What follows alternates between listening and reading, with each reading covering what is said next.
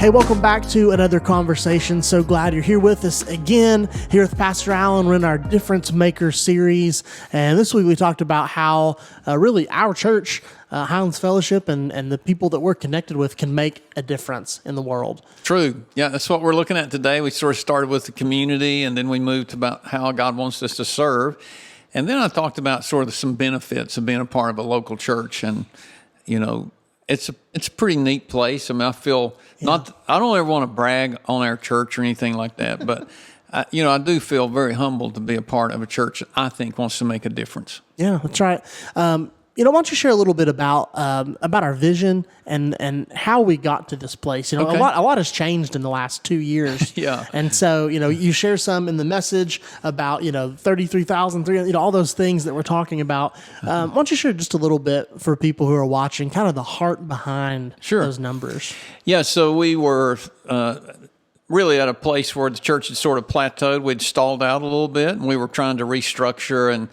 And honestly, we as pastors, we don't know how to grow the church. There's no secret formula. We'd all be on the same formula. But I thought the best thing to do is let's seek God. So we spent some time fasting and praying. And, it was a challenge for all of us to do that and just focused in on, God, what are you blessing? I go back to that. Years ago, one of the things that really was transformative for me was that Henry Blackaby, Experiencing God study. Yeah. And Blackaby says, God's working all throughout the world, and rather than trying to make everything new, go see what God's blessing and working, and then, join him in that wave, Yeah. So that's sort of how our vision came about. We knew that God was giving us favor in serving our communities. We had a lot of partners that were nonprofits that were trying to eliminate these injustices of addiction and hungry children and elder abuse and these kinds of things that we wanted to definitely be a part of. We looked regionally, and there was a real need regionally for church leaders to have affordable Christian education that was accredited, and Bluefield College partnered with us to do that. And then we looked internationally, and we've been doing this for the whole time at Highlands, probably 20 years. Yeah. Very soon, Jimmy had this idea of fulfilling the Great Commission. And where we see God moving in just amazing, incredible ways was in our partners overseas. And so we began to think about training, how could we fulfill the Great Commission, and we began to have these bases of people that we've established relationships over the years now in South Africa and Pakistan and Ivory Coast, Tanzania, and, the Middle East. Yeah. What's incredible to me is you look at, and like you said, you look at the story of Highlands Fellowship from, 20, almost 25 years old now, officially Easter Sunday, 2020, which is going to be exciting as we're moving in that season. Some of these things that God planted on people's hearts years ago, and then things that have been developing in the background. I know you're passionate about training other pastors, about giving them help, right? Because we know so many pastors who are at it alone. They're flying solo, and then others who just need education, but we don't want to throw $100,000 of debt on them. Right. And so there are these holes that all of us were feeling different things about. And then really God brings all that together in this mission and vision where we can really be a part of all these areas. Yeah. And I remember when you guys brought that to the staff and sort of test drove, said it out loud for the first time, it was like, whoa. Yeah. Okay. This is a step into the unknown. And I even had some friends who texted me after about a year ago when we shared this publicly. And they're like, that's pretty bold. That's kind of, honestly, that's scary that you put the numbers on there because it really holds us accountable. Yeah. But I love what has happened is that God is already blowing those numbers out of the water. That's so true, James. It really is. I look back at sort of the history of Highlands, and there were exciting times. And the excitement was, were we going to be in business the next week? We were trying to build buildings and those kind of things, Pastor Jimmy. And, you hear some of those stories. And it was like at the very end, in the nick of time, God always came through and moved his church forward. Yeah. But today, as we think about the excitement of being a part of our local church here I think is probably the most exciting time ever. Yeah. When I see what God's doing, not only locally, regionally, in our nation, around the world, to be a part of our church. And so, I'm humbled to be a part of it. it's an incredible opportunity. And if you're watching this and you think, man, I don't know where I can fit into this. Like, I promise you, there's a place that you can fit. Like, this is a broad enough thing.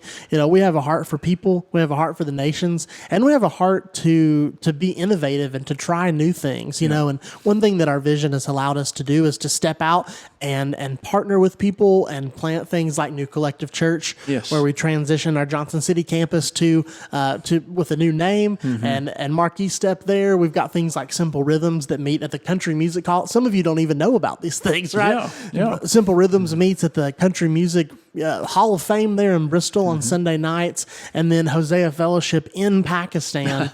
I think like 800 people came to a service a few weeks ago. Yes, 250 people have accepted Christ just since Easter. It's pretty amazing. And so when I think about all these things, here's what I think is that no one can do this alone, right? You can't stand up and say, you know what, me, Alan, Jesse, I'm going to do these things, right? Right. You can't. None of us could.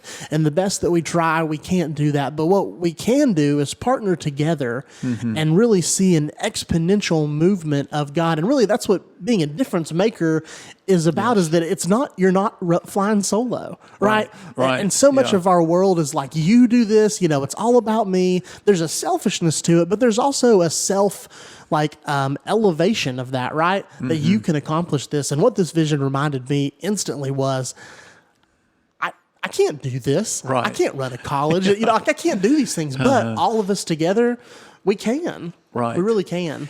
Yeah, and I think we'll be the first ones to say, when it is completed, if we're able to shout victory, to say, God, you're ultimately the one who did this through us, that God would choose us to do it, that we could give him. It's it was so out of the park for any of us to think about. Yeah. But, to see already what God's done, I really, truly believe that he's going to amaze us even more. So, and I'm pumped. Yeah, it's cool to see people who are being drawn by that. They see the difference in the community.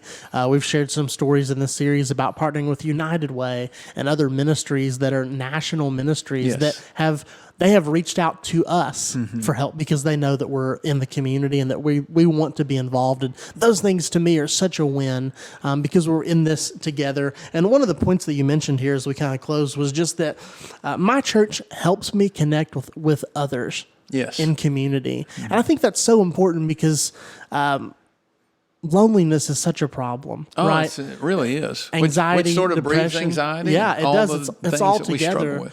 And so being a part of the church, it's like, well, I can love Jesus and not be a part of the church. Like, you totally can, you don't have to come to church to be saved. Like, you don't have to be a part of Highlands to be saved. But there's something about the community that we do experience that's really, I think, in the next decade, right, as we're looking forward and what's coming, I think that the church can be, and I hope that we are a place that can combat some of that loneliness, anxiety. And so if you're watching this today and you're like, man, I feel disconnected, there's a longing inside of me, there's a thing that's inside of me, I would invite you to get involved. If you live near one of our campuses, we would love for you to come. That'd be great. Come, let us know. Reach out to me. I'd love to help set that up with you. And if you don't live nearby, I would love to connect with you, and we're going to try some new things in 2020 online to start some kind of micro groups online to give you community because we want that for you. We want that for you and for all of us because I know I need that. I find times that I'm kind of pulling away from people and feeling some anxiety and some feelings of being alone, the thing that I need is to just be open with other people. Absolutely. It's easy to run away. It's easy to hide, kind of close your door, go off and do your own thing. But the best thing we can do is to remember that we're in this together. And as we're joining God to make a difference, man, he's faithful to bring that about. And so I hope that you've enjoyed the series. I hope this was a great message on who we are as a church. We don't always talk about that. And there is so much. And so if there's anything that you guys want to know, we'd love for you to reach out. Sure. We're always here to share. And again, thank you so much for being here. And next Sunday, Difference Maker Day. Don't miss that. Come ready and expectant to give and to participate in that. We'll see you next week.